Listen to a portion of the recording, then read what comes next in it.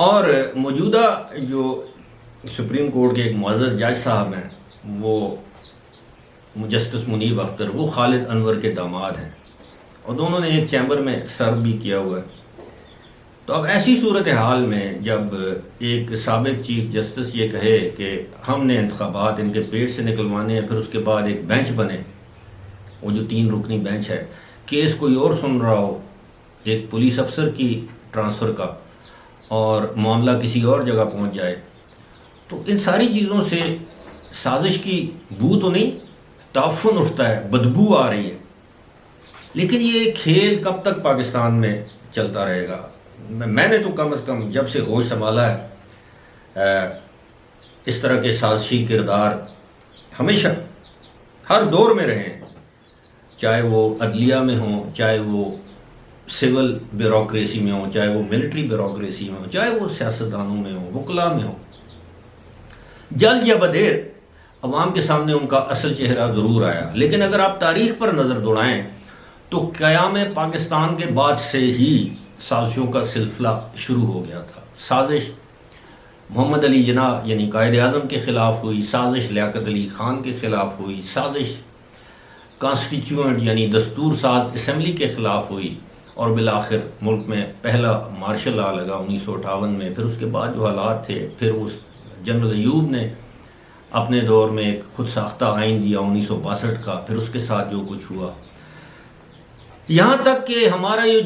یوم جمہوریہ تھا، یعنی یوم آئین جو 23 مارچ ہے، اب اس کو ہم یوم پتہ نہیں دفاع پاکستان، اس دن ہم ٹینکوں کی اور بختر بند گاڑیوں کی اور میزائلوں کی اور طیاروں کی پریڈ کرتے ہیں۔ اصل میں تو وہ یوم جمہوریہ تھا،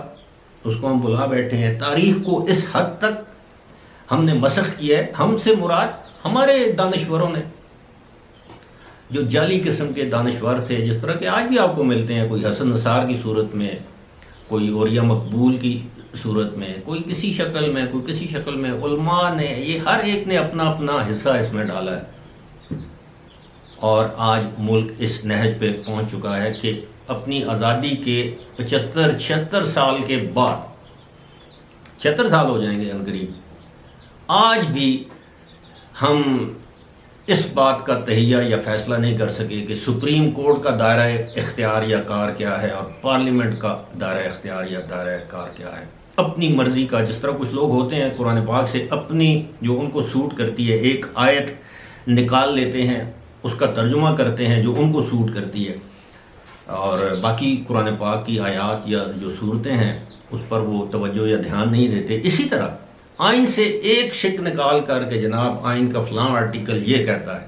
وہ یہ بھول جاتے ہیں اس کے ساتھ آگے بھی 2-3 آرٹیکلز ہیں، ان کو ملا کے پڑھا جائے تو پھر آئین کیا کہتا ہے۔ ہر ایک طاقت اختیار کے حرص میں ہے، لالچ میں ہے، دولت، طاقت، اختیار، یہ 3 چیزوں نے پاکستان کو کہیں کا نہیں چھوڑا، برباد کر کے چھوڑ دیا۔ ذرا اپنے گریبان میں جھانکیں اور دیکھیں کہ ہم آنے والی نسلوں کے لیے کیا چھوڑ کر جا رہے ہیں۔ دشمنیاں، تقسیم، معاشرت کی تباہی، معیشت کی تباہی، قانون کی حکمرانی کی تباہی، اور اس میں کون کون حصے دار ہیں۔ میرے ذہن میں تو بہت سی چیزیں آتی ہیں، بہت سے لوگ ہمیں الزام بھی دیتے ہیں، یہ جی نون لیگ کا لفافہ، آپ کو پتہ ہے کہ جب نون لیگ والے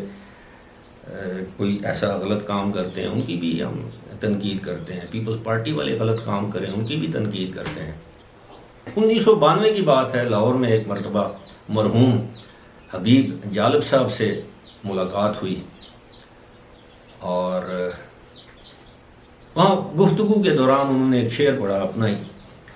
کہ ہمارے ذہنوں پر چھائے نہیں ہیں حرص کے بادل، ہمارے ذہنوں پر چھائے نہیں ہیں حرص کے بادل، جو ہم محسوس کرتے ہیں وہی تحریر کرتے ہیں۔ تو اللہ کا شکر ہے ہمیں بھی اللہ تعالیٰ نے اس قسم کی حرص، بے ایمانی، حرام خوری سے بچا کر رکھا ہوا ہے، اور ہم بھی جو محسوس کرتے ہیں وہ بیان کر دیتے ہیں۔ اگر تحریر نہیں کرتے، تحریر کرنا ہو تو تحریر بھی کر دیتے ہیں۔ لیکن آج کے اس مبارک موقع پر یعنی عید کا دن ہے، تو